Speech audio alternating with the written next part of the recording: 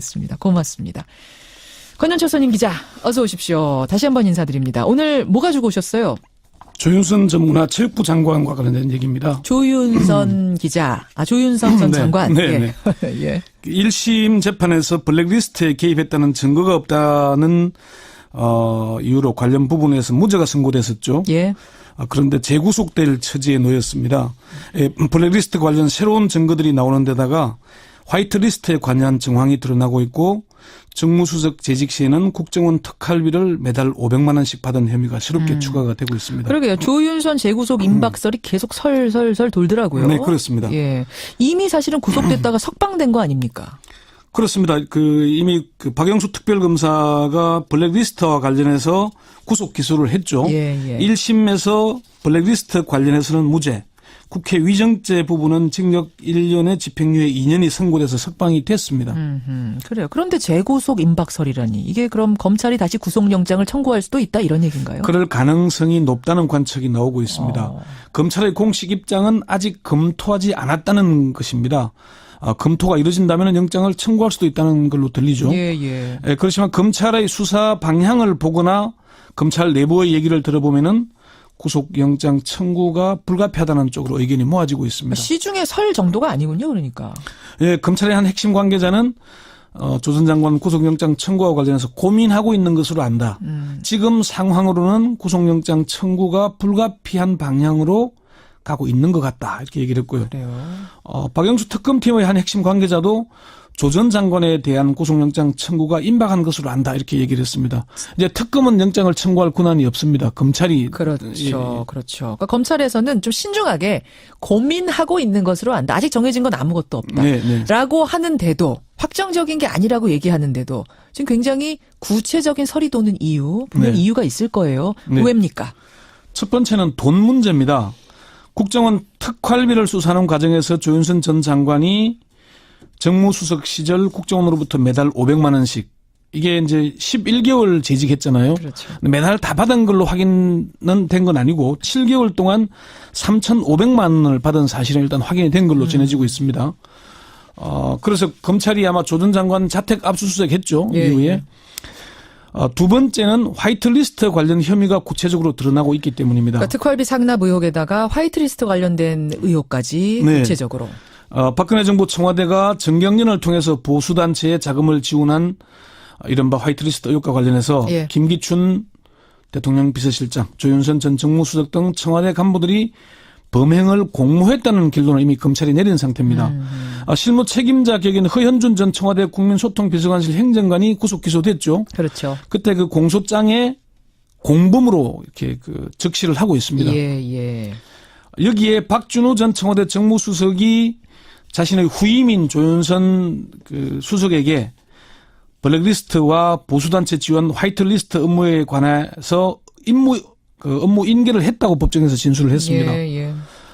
박 전 수석은 이런 업무가 대통령과 비서실장의 관심 사항이니 정무수석실이 챙겨야 한다는 얘기도 했다 이렇게 확인을 했어요. 자, 특활비, 화이트리스트, 세 번째 또 있습니까? 블랙리스트와 관련해서도 조 전 장관이 관여됐다는 새로운 증거들이 포착이 되고 있습니다. 아니, 블랙리스트 관련 업무에 대해서는 1심 재판부가 이미 조윤선 무죄 선고했잖아요. 무죄 선고 이후에 이제 새 정부가 들어서서 청와대 캐비넷을 조사하다가 무더기로 문건들을 국정농단 문건들을 발견했잖아요. 나왔었죠. 그 중에 이제 추가로 발견된 문건 중에 블랙리스트 등 국정농단과 관련해서 모두 대통령 비서실장 주재 수석 비서관 회의 자료에 포함이 돼 있었다.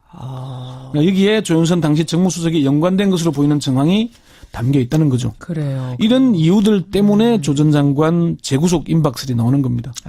그러면 지금 세 가지 정도 얘기해 주셨는데 그중에서도 박준우 전 정무수석의 진술 번복 이 부분이 결정적입니까? 그렇습니다. 1심 재판에서는 조 전 장관에게 유리하게 진술했죠. 그렇죠. 박준 수석. 예.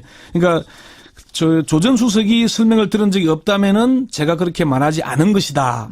정확하지 않은 기억을 추정해서 말했다. 이러면서 사실상 조 전 장관의 무죄 선고에 결정적 영향을 미쳤거든요. 그런데 박 전 수석이 1심 재판에서 이렇게 말한 것은 허위 증언이었다라고 다시 번복을 한 거죠. 맞습니다. 이게 이제 자기 뜻이 아니라 함께 근무했던 다른 수석들의 압박도 받았다는 얘기까지 했고요. 예. 예. 근데 이거는 뭐 이것도 좀 확인이 되는지 어쩐지 모르겠습니다만 조윤선 전 장관은 처음에는 구속 대상 아니었다 이런 얘기도 들리더라고요. 제가 그 취재하는 과정에서 박영수 특별검사팀에 확인해 보니까 예. 조 전 장관은 처음에는 구속 대상으로 분류되지 않았다고 합니다. 처음이라 하면 그 어느 수사 처음? 초기에. 수사 초기에는. 예. 그런데 수사를 할수록 블랙리스트에 관련된 증거가 계속 밝혀지는 데다가 예. 모르쇠로 일관하면서 부인하는 태도 때문에 구속 대상으로 바뀌었다고 합니다. 아하. 청문회 당시에 그 국민의당 이용주 의원과 조윤선 문체부 장관의 질의응답 잠시 한번 들어보시죠.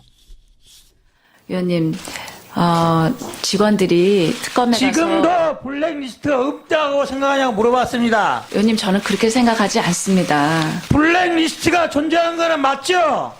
지금 특검에서 조사를 하고 있는 그런 조인선 내용이 중에 언론에 조인선 중에 블랙리스트가 이용주 의원이 자그마치 아, 18번 예. 기억나시죠? 오랜만에 다시 들으니까 새롭네요. 예. 그래요. 그러니까 이게 청문회 과정에서 조윤선 전 장관의 별명이 모르쇠, 예. 앵무새였습니다. 맞아요. 그래서 사실 이게 뭐 감정적이라기보다는 국민 여론이 상당히 나빠졌었거든요. 정무수석과 장관을 지낸 사람이 나와서 진술한 태도, 뻔뻔하게 막 모른다, 기억나지 않는다만 걸 한 거 보고 국민 여론이 상당히 나빠졌던 것도 영장 청구 대상으로 분류되는 데 대한 그런 결정적인 예. 자, 항소심 재판 어떻게 진행이 되고 있습니까? 이제 막바지를 향해 가고 있습니다. 일주일에 3차례 재판이 열리고 있는데 아마 20일쯤에는 결심 공판이 열릴 가능성이 높습니다. 올해 안 넘기는군요. 결심은 그렇고요. 선고는 내년 1월 중순쯤으로 예상을 하고 있습니다. 결심은 일단 12월 20일쯤. 지금 검찰이 별도로 구속영장을 청구할지 여부는 좀 더 지켜봐야 되겠지만은 지금의 재판 진행 과정으로 볼 때 항소심 재판에서 실형이 선고돼서 구속될 가능성도 배제하기 어렵다는 전망이 나옵니다. 그래요. 박영수 특검팀 관계자는 검찰의 청구 여부는 별도로 하고 예. 지금은 박준호 전 수석의 진술 번복이 아니더라도 유죄 입증에는 문제가 없을 것이라고 이렇게 주장을 하기도 했습니다. 이건 이제 박영수 특검팀 얘기잖아요. 특검팀 쪽의 주장이니까. 그렇습니다. 근데 이제 박영수 특검팀 관계자에게 참 재밌는 얘기를 했는데 1심 판결을 두고 예. 눈도 가리지 않고 아웅한 것이라고 얘기하더라고요. 그게 무슨 얘기입니까? 원래 눈 가리고 아웅한다는 거잖아요. 눈 가리고 아웅하는 그런데 거죠. 눈도 가리지 않고 아웅했다는 얘기는 대놓고 봐줬다는 얘기죠. 대놓고 봐줬다. 그게 왜 그런 얘기를 하냐면은 비서실장은 유죄, 밑에 예. 비서관도 유죄인데 중간에 수석은 몰랐다? 그 이제 증거가 부족했다는 얘기였는데 그 증거가 새롭게 나오고 있기 때문에 유죄를 받았는 데는 문제가 없을 것이다. 그렇게 얘기를 하는 것이죠. 그렇게 어쨌든 특검팀은 지금 확신하고 있다는 얘기입니다. 예, 그렇죠. 그래요. 알겠습니다. 권현철 선임 기자와 함께 와이뉴스를 함께 했는데 제가 문자 소개하면서 이번에 김영란법 바꾸는 네, 문제 네. 여러분들의 의견이 어떻게 들어왔는지 전반적인 것을 말씀을 안 드렸어요. 그때 많은 분들이 궁금해하시네요. 전반적으로 뉴스쇼 청취자들 의견은 어떠냐? 압도적으로 뉴스쇼 청취자들은 유지가 좋다. 개정하지 말자. 이쪽 손을 들어주셨어요. 제가 지난번에 방송할 때도 그랬잖아요. 355 개정은 환영을 받을 것이다. 하지만 나머지 개정은 네, 쉽지 않을 거다. 정부가 비난을 감수해야 되고 엄청난 지지율 하락이 올 거다. 그렇게 얘기를 했잖아요. 굉장히 부담스러운 일일 거예요. 그럼에도 불구하고 이번에 정부는 지금 하겠다는 의지로 또 두 번째 표결 붙이는 거거든요. 그래서 저희가 주말 사이에 부지런히 이 내용을 여론으로 한번 돌려보겠습니다. 예, 리얼미터에 오늘 제가 끝나자마자 전화하겠습니다. 월요일 여론에서 우리 뉴스쇼 청취자 의견 말고 전체 의견은 어떤지 한번 확인해 보도록 하지요. 권현철 선임 기자 수고하셨습니다. 네. 구속영장 청구가 불가피하다는 쪽으로 의견이 모아지고 있습니다. 시중에 설 정도가 아니군요, 그러니까. 예, 검찰의 한 핵심 관계자는 조 전 장관 구속영장 청구와 관련해서 고민하고 있는 것으로 안다. 지금 상황으로는 구속영장 청구가 불가피한 방향으로 가고 있는 것 같다. 이렇게 얘기를 했고요. 그래요. 박영수 특검팀의 한 핵심 관계자도 조 전 장관에 대한 구속영장 청구가 임박한 것으로 안다. 이렇게 얘기를 했습니다. 이제 특검은 영장을 청구할 권한이 없습니다. 검찰이. 그렇죠. 예. 그렇죠. 그러니까 검찰에서는 좀 신중하게 고민하고 있는 것으로 안다. 아직 정해진 건 아무것도 없다. 네, 네. 라고 하는데도 확정적인 게 아니라고 얘기하는데도 지금 굉장히 구체적인 설이 도는 이유, 분명 네. 이유가 있을 거예요. 네. 왜입니까? 첫 번째는 돈 문제입니다. 국정원 특활비를 수사하는 과정에서 조윤선 전 장관이 정무수석 시절 국정원으로부터 매달 500만 원씩 이게 이제 11개월 재직했잖아요. 그렇죠. 매달 다 받은 걸로 확인은 된 건 아니고 7개월 동안 3,500만 원을 받은 사실은 일단 확인이 된 걸로 전해지고 있습니다. 그래서 검찰이 아마 조 전 장관 자택 압수수색했죠. 예, 이후에. 예. 두 번째는 화이트리스트 관련 혐의가 구체적으로 드러나고 있기 때문입니다. 그러니까 특활비 상납 의혹에다가 화이트리스트 관련된 의혹까지 네. 구체적으로. 박근혜 정부 주재 수석 비서관 회의 자료에 포함이 돼 있었다. 그러니까 여기에 조윤선 당시 정무수석이 연관된 것으로 보이는 정황이 담겨 있다는 거죠. 그래요. 이런 이유들 때문에 조 전 장관 재구속 임박설이 나오는 겁니다. 그러면 지금 이제 세 가지 정도 얘기해 주셨는데 그중에서도 박준우 전 정무수석의 진술 번복 이 부분이 결정적입니까? 그렇습니다. 1심 재판에서는 조 전 장관에게 유리하게 진술했죠. 그렇죠. 박준우 수석. 예. 그러니까 조 전 수석이 설명을 들은 적이 없다면은 제가 그렇게 말하지 않은 것이다. 정확하지 않은 기억을 추정해서 말했다. 이러면서 사실상 조 전 장관의 무죄 선고에 결정적 영향을 미쳤거든요. 그런데 박 전 수석이 1심 재판에서 이렇게 말한 것은 허위 증언이었다라고 다시 번복을 한 거죠. 맞습니다. 이게 이제 뭐 자기 뜻이 아니라 함께 근무했던 다른 수석들의 압박도 받았다는 얘기까지 했고요. 예. 예. 근데 이거는 뭐 이것도 좀 확인이 되는지 어쩐지 모르겠습니다만 조윤선 전 장관은 처음에는 구속 대상 아니었다 이런 얘기도 들리더라고요. 제가 그 취재하는 과정에서 박영수 특별검사팀에 확인해 보니까 예. 조 전 장관은 처음에는 구속 대상으로 분류되지 않았다고 합니다. 처음이라 하면 그 어느 수사 처음? 초기에. 수사 초기에는. 예. 그런데 수사를 할수록 블랙리스트에 관련된 증거가 계속 밝혀지는 데다가 예. 뭐 청와대가 정경련을 통해서 보수단체에 자금을 지원한 이른바 화이트리스트 의혹과 관련해서 예. 김기춘 대통령 비서실장, 조윤선 전 정무수석 등 청와대 간부들이 범행을 공모했다는 결론을 이미 검찰이 내린 상태입니다.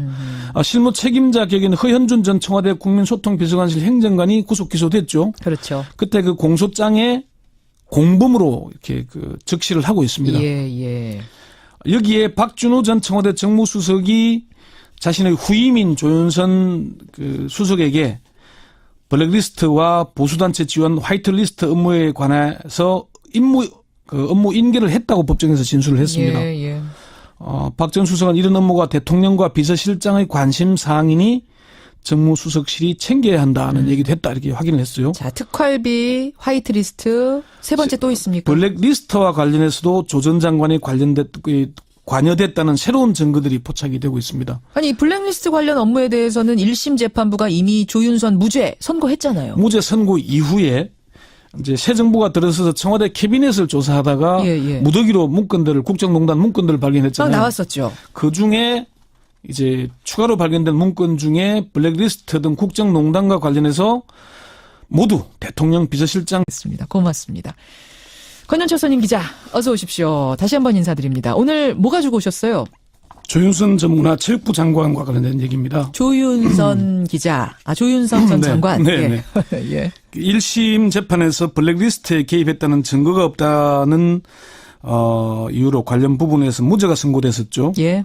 그런데 재구속될 처지에 놓였습니다. 블랙리스트 관련 새로운 증거들이 나오는 데다가 화이트리스트에 관한 정황이 드러나고 있고 정무수석 재직 시에는 국정원 특활비를 매달 500만 원씩 받은 혐의가 새롭게 추가가 되고 있습니다. 그러게요. 조윤선 재구속 임박설이 계속 설설설 돌더라고요. 네, 그렇습니다. 예. 이미 사실은 구속됐다가 석방된 거 아닙니까?